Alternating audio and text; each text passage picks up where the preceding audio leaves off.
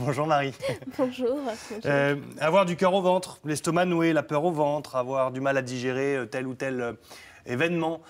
On associe beaucoup le cerveau finalement à l'estomac et d'ailleurs c'est le deuxième cerveau du corps humain finalement. Oui, tout à fait. Donc il faut savoir qu'on a deux cerveaux, le cerveau de la réflexion, le cerveau de l'émotion, qui a été nommé cerveau entérique en fait. Et dès qu'au final on est un peu plus stressé, on a certains symptômes, des gonflements, des ballonnements, etc. Donc quand on dit par exemple certaines situations qui me saoulent, qui me gonflent, qui me pèsent, ben, bizarrement c'est vrai. On a souvent des personnes qui ont des ballonnements au niveau digestif.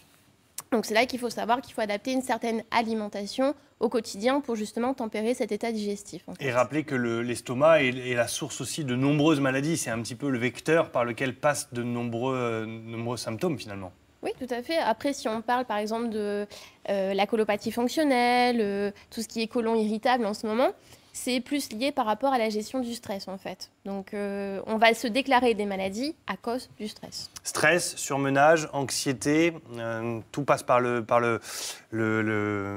l'estomac et l'intestin finalement. Oui. Best-seller énorme que vous nous présentez. Alors, aussi, qu'on connaît bien maintenant. Mais il y a un livre qui est sorti justement sur le charme discret de l'intestin, donc tout sur un organe mal aimé. Quand on dit mal aimé, c'est vrai qu'on a tendance à le mettre un peu de côté. Donc ici, sur ce bouquin en général, on va justement aborder tout l'état digestif et se rendre compte qu'au final, tout passe par le cerveau émotionnel. Alors, ce livre, déjà, son nom, donc Le charme discret. Écrit par une jeune Allemande d'une vingtaine d'années, je crois. Hein. C'est vraiment c'est un énorme carton parce que on ne s'attendait pas à ce genre de bouquin finalement dans la littérature populaire. Et tout le monde s'y reconnaît vraiment à l'intérieur parce que c'est vrai qu'on a des problèmes digestifs, mais on n'en parle pas forcément non plus en général. Donc il faut savoir que plus on a des problèmes digestifs, plus il faut adapter une certaine alimentation pour éviter justement que le côlon devienne encore plus irritable et se déclarer d'autres maladies.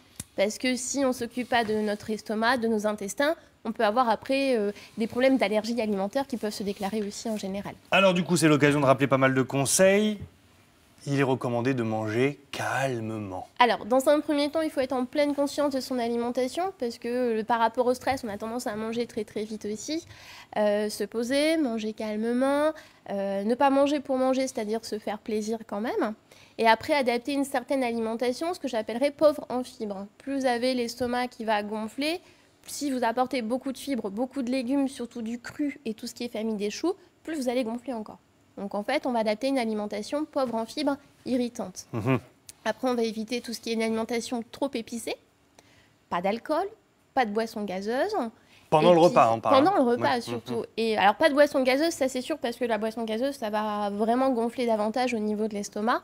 Et puis après, derrière, on fait super attention à certains légumes. On ne mange pas trop de légumes et on favorise surtout les légumes qui sont cuits. Ça, c'est très intéressant à voir. Donc c'est vrai que la colopathie fonctionnelle, surtout parce que je dirais que c'est vraiment la maladie du siècle, en fait, par rapport au taux de stress qu'on peut avoir, c'est vraiment personnel. Donc, certains aliments, des personnes vont tolérer, d'autres personnes ne vont pas forcément tolérer. Est-ce que le fait de cuisiner ce qu'on mange et pas simplement l'acheter ou le réchauffer rapidement, le fait de cuisiner, de se mettre en condition je vais manger, est-ce qu'on se déstresse? Est-ce que du coup, ça aide à la digestion aussi? Est-ce que... L'aspect justement, prendre le temps de préparer, ça permet justement d'apprécier plus de ce qu'on va manger. Donc oui, et après le fait de préparer les aliments naturels et non pas des aliments qui sont déjà industriels, c'est très intéressant parce que plus l'aliment est industriel, plus il y a des additifs à l'intérieur et au niveau intestinal, ça va mal passer, ça va pas être digéré en fait. Les personnes qui sont déjà un petit peu sujettes, là, comme on vient de voir les images, à ce côlon irritable, est-ce qu'ils eux aussi doivent adapter une alimentation particulière ou réapprendre des règles pour bien manger? Il faut réapprendre des règles pour bien manger. L'alimentation particulière, c'est vraiment... moi, personnellement, je vais conseiller en fonction des symptômes. Ça dépend si c'est de la constipation, si c'est de la diarrhée ou si c'est une alternance sur les deux en même temps. Donc, il y a des bases alimentaires, comme je disais tout à l'heure, pauvres en fibres, pas trop de crudité, pas trop de matières grasses non plus, parce que tout ce qui est alimentation trop grasse, les fritures, tout ce qui est rissolé, ça va enflammer un peu au niveau du côlon. Donc il y a des règles en fait. Est-ce que les femmes sont plus sujettes que les hommes? Est-ce qu'il y a une période de la vie où on est plus sensible à ce niveau-là? Alors la femme sera toujours plus sensible que l'homme parce que les femmes sont plus sujets au stress en fait. Donc le stress est en fonction des périodes de la vie et surtout hormonal chez la femme. Mais du coup, plus on est, par exemple, il y a des périodes de règles, plus au final, au niveau digestif, on est aussi plus embêté que par rapport au niveau des hommes. Donc ça dépend comment on tempère le stress. Et puis après, ça dépend de la personne. Plus on fait de l'activité physique, moins on est stressé. Moins la personne va faire de l'activité physique et au sujet au stress, plus elle sera stressée. Donc il y a aussi une règle de base, c'est faire du sport. L'alimentation peut aussi justement montrer qu'il y a une source de stress et d'essayer d'identifier quelle est la source de stress. Tout à fait. Ça est un indicateur, quoi, en fait. Tout à fait. Oui. D'accord. On termine avec tout ce qui est produits laitiers, tout ça, lait, yaourt, Alors, crème. par rapport à la colopathie fonctionnelle, l'irritabilité au niveau du côlon, on s'est rendu compte que ces personnes-là avaient des intolérances au lactose, parce que le lactose est moins bien digéré. Donc du coup, on évite tout ce qui est lait et produits laitiers en général. Le lait végétal est mieux toléré. Le fromage peut être toléré bizarrement, parce que il est cuit en fait. Donc le lactose est un petit peu hydrolysé, il y en a un peu moins.